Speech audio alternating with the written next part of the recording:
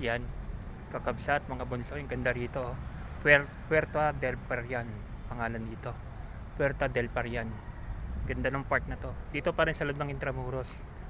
Ngayon ko lang actually napasok lang to. Ito yung mga tangke, masyado lang talaga mainit. Balikan na natin yung mga tangke na yan.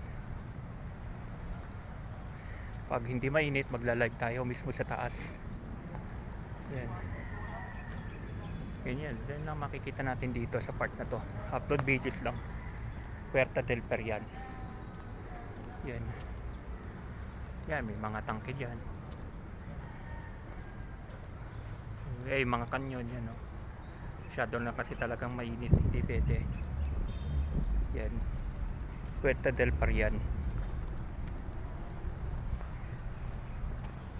Yan. Upload videos lang. Pinakita ko lang sa inyo tong part na to.